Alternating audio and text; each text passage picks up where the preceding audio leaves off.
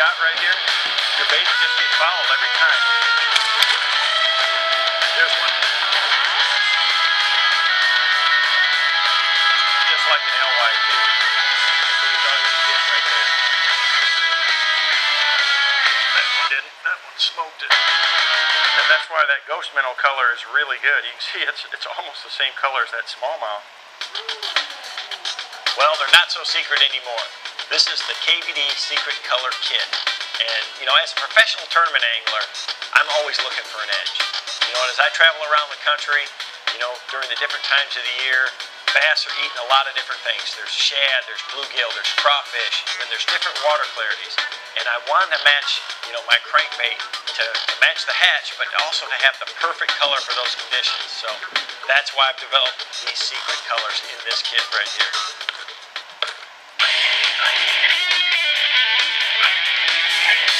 The first colors I want to talk about are the red-eye shad colors, because the red-eye shad is one of my favorite baits, and it's something that I use in all seasons of the year.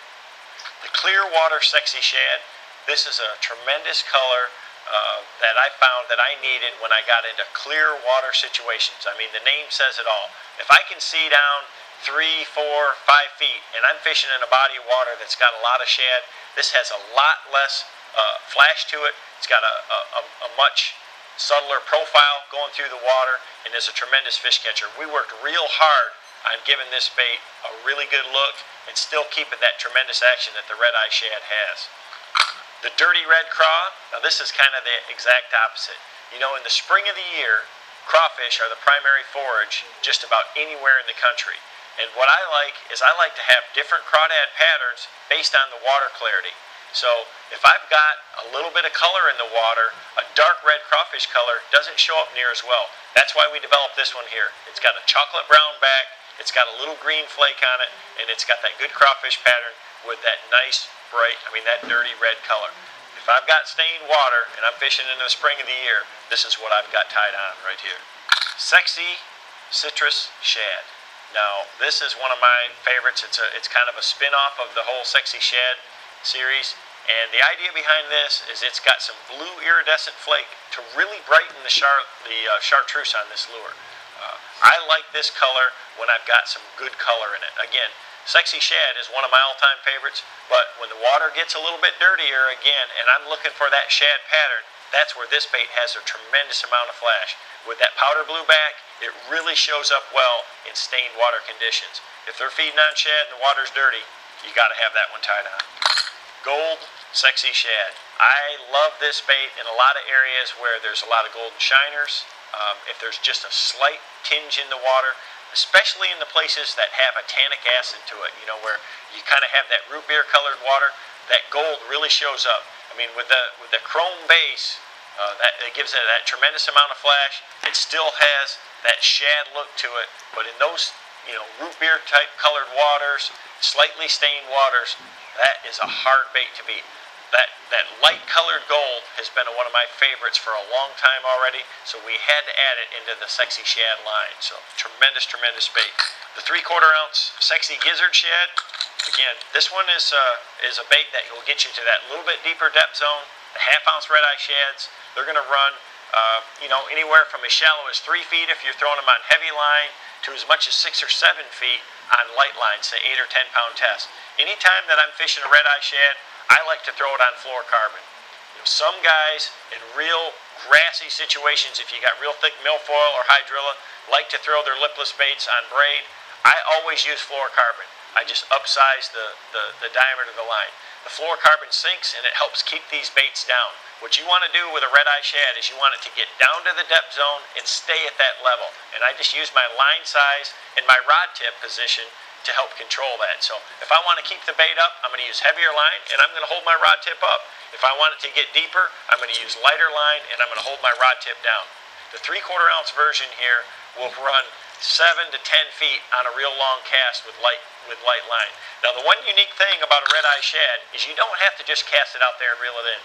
My favorite way to fish this bait is with a sweeping motion. I'll actually cast the bait out there, let it get down to the bottom, let it sink, because the action of this lure, the way it falls, is like none other. That's what makes a red eye shad and everything else obsolete. this bait has that quiver as it falls. And that's what the fish want. So I'm going to make it fall a lot. I'm going to sweep the rod to the side. By keeping the rod tip low to the water, I'm keeping the bait down deeper. If I want to keep it up, I will lift it up. But every time I let that bait fall, it's going to have that swimming action back to the bottom. This 3/4 ounce bait, I'll yo-yo out on ledges in the summertime. You know, you can let this bait get down 15 or 20 feet and hop it up, and it keeps straight in tune. I mean, this bait will not roll over on its side. It's always going to stay balanced, and that's what makes a red-eye shad, and everything else something you don't got to have.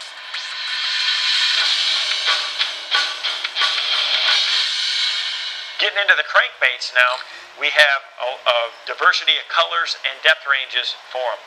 Guntersville craw. A few years ago, down at Lake Guntersville, I actually hand-painted this color. The green tinge that has to it in the spring of the year, this color just has a tremendous fish-catching ability to it. I found that kind of goldish-orange color in that slightly greenish-stained water was a tremendous fish catcher for me. So it's got a brown chocolate back, kind of has a good flash to it. This is a tremendous springtime bait. It's in a Series 3. This lure is going to run 6 to 8 feet deep, depending on what size line you fish it on. I've caught them at Table Rock on this. I've caught them at Guntersville, all the Tennessee River lakes. Again, anytime you have that slightly stained, green-tinged water in the spring of the year and you want a good crawfish pattern like this, it's a tremendous fish catcher.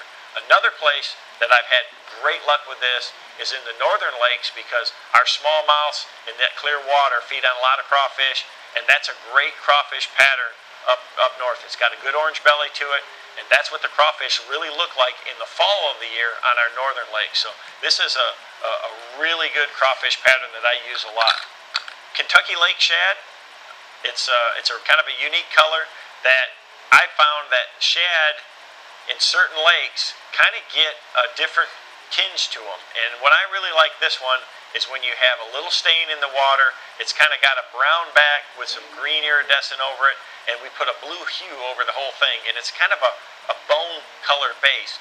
Where this bait really shines is in that slightly off colored water. It almost glows when it comes back to the boat. And you know, it's in the Series 3. It's again a 6 to 8 foot depth running bait.